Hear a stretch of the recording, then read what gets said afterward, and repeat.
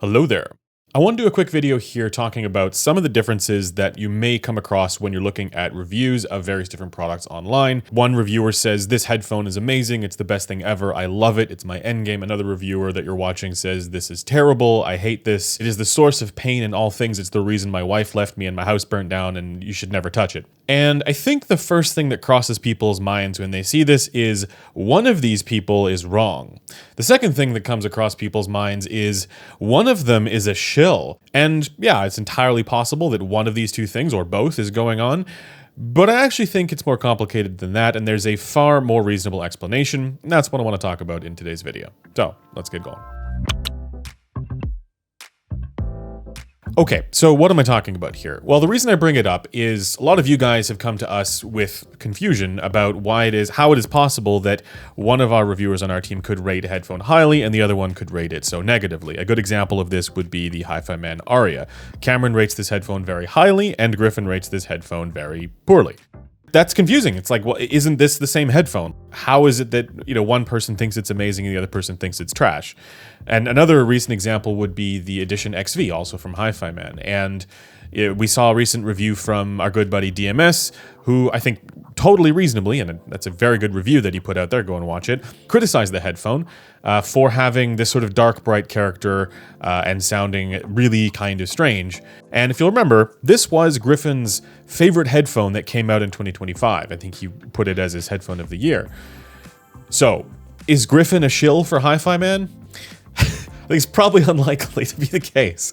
I think there are three primary sources of confusion for all of this, but source of confusion number one, point of scrungle number one, is unit variation. This is a problem with headphones, period, across the board. So one person may have had a perfectly smooth, natural, pleasant kind of experience, and another one of us with a different unit of that same model of headphone, it might give a meaningful peak at 9 kilohertz or something like that, and then they're noticing this and they're going, what is going on? It sounds horrible. And as an example of that, I'm actually going to point to the Meze Strata right here. It's a headphone that I recently did a review of.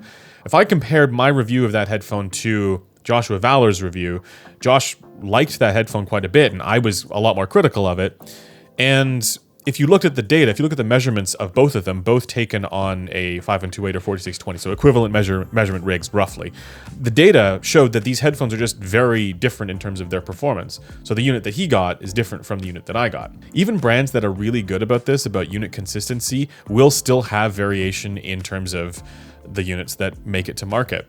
And this is in part a QC issue, but it's also kind of a design issue, because if the headphone is designed in such a way where it's easier to produce it in a more consistent manner, you're going to have less consistency issues across the board.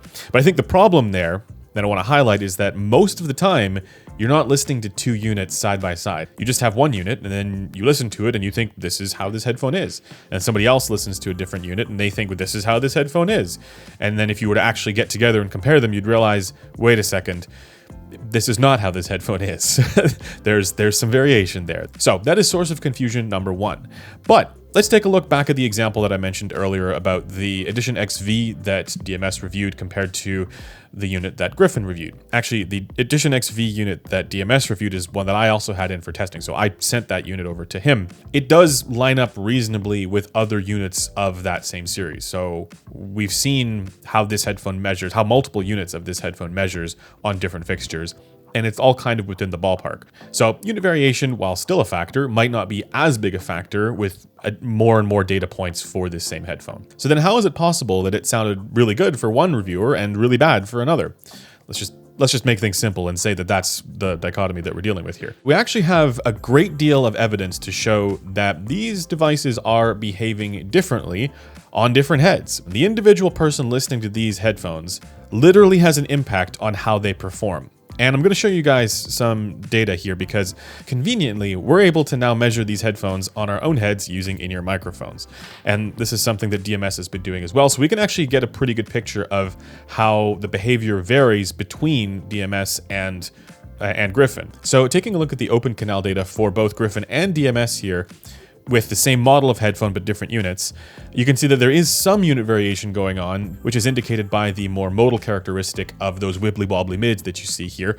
It's more extreme on the unit that DMS ended up reviewing, and there's a little bit less bass overall on the unit that DMS was reviewing, at least on his head. But then also you can see that the presentation for the ear gain and the treble is different as well. So right at around 4 kilohertz, you're seeing a quite notable dip there on DMS's head, and then this sharp, jagged spike that comes up at around 6 kilohertz, which I imagine can't be fun.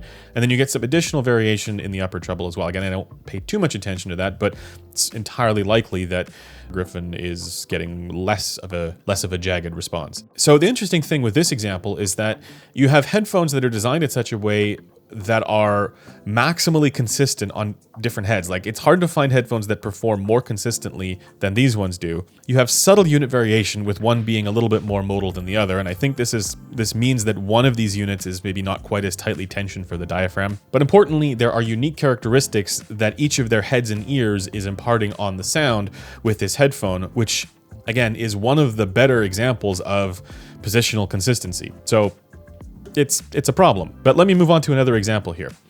We recently went on a trip to the UK to get our HRTFs to understand how our physical anatomy, our heads and ears, impact incoming sound.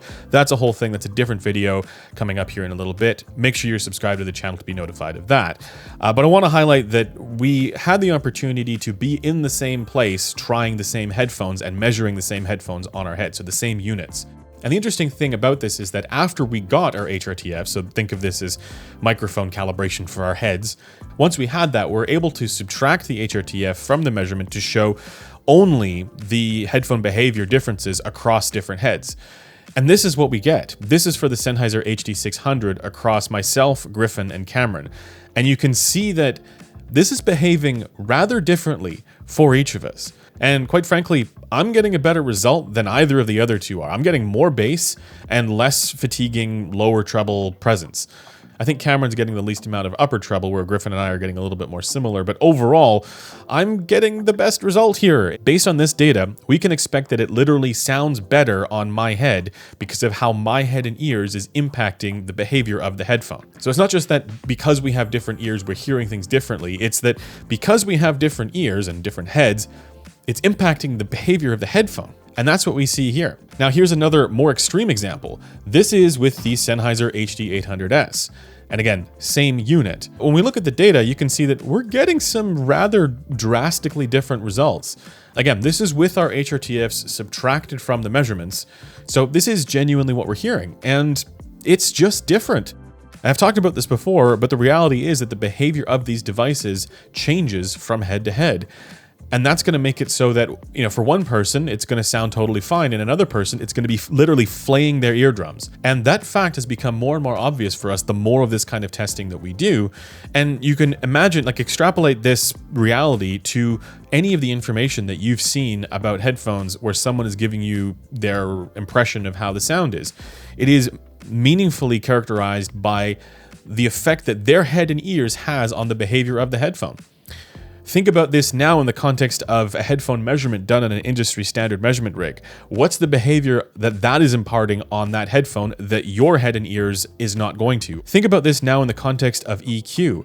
Normally, people are EQing to a graph. They're seeing a single line against a target, and they're saying, okay, I'm going to make some adjustments that bring this performance that I'm listening to, which is a different unit as well, but again, we tackled that, closer to the target. And reality is, it's probably not doing that because your head and ears is not the head and ears of the measurement fixture. So this is something that we all need to keep in mind when we're looking at the impressions and the reviews and the measurements and everything to do with headphone information online. So what is the third confounding variable here? What is the third point of Scrungle? Preference.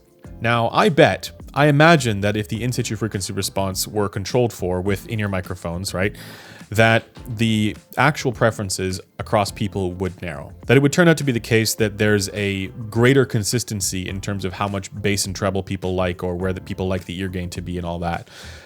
But there is still the reality that some of us might like more bass. Some of us might like less bass. Some of us want headphones to be the equivalent of sunglasses for our ears, and others want it to be the equivalent of a microscope. And I have to imagine that this is being influenced by the spectral content of the music that they're listening to. If somebody's listening to a ton of EDM, maybe they're going to want more bass and treble, or more V-shaped kind of sound. If somebody's listening to, viola or piano tones, maybe they're going to want a little bit more mid-range to come through with a little bit more clarity for that band. It still matters where people's attention goes with the music that they're listening to, what they value, and how they attach meaning to these experiences. And I can guarantee you that the music that I enjoy is not the same as the music that Griffin enjoys or that Cameron enjoys. There might be some overlap there, but by and large, we listen to different types of music. We have different preferences. So that's a factor. In light of this confusion, in light of these 3 points of scrungle that I've highlighted here, what is a person like you supposed to do when you're shopping for headphones, when you're researching headphones to buy? This space, as I've talked about in this video, is an absolute minefield of confounding variables, and it's really hard to know where to get information or what to make of the information that you are getting. So here's my advice to you. Here's what you should do. You're going to close this browser, you're going to shut off your computer, and you're going to go outside. And you're not going to think about headphones again. And that's the end of this story. That's how this chapter in your life ends. Time to move on. No, I'm joking. What can you do? Well, I actually think that the answer to this is to just try and get as many sources of information as possible, because that's helping you with this unit variation problem. You can see how different units are behaving, because it's unlikely to be the case that we're all passing around the same unit for different review outlets that are measuring headphones. And as I've alluded to throughout this video, something that we're doing in upcoming content to help combat this problem is measuring headphones on our own heads and showing that as part of our evaluative material. We've already learned a ton from doing this to understand how the headphones that we have, headphones that we love or hate, perform on our heads, and we can have a much better picture of why that is. There's a ton of extremely deep, nerdy stuff that goes into this that I'm not gonna get into in this video, but as I said earlier, make sure you're subscribed if you're interested in any of that, because we'll have a ton of information coming out about that in the coming days. But with that, that's going to do it for this video. As always, if you want to connect with me, you can do so at our forum at forum.headphones.com or our Discord, also linked below. And until next time, I'll see you guys later. Bye for now.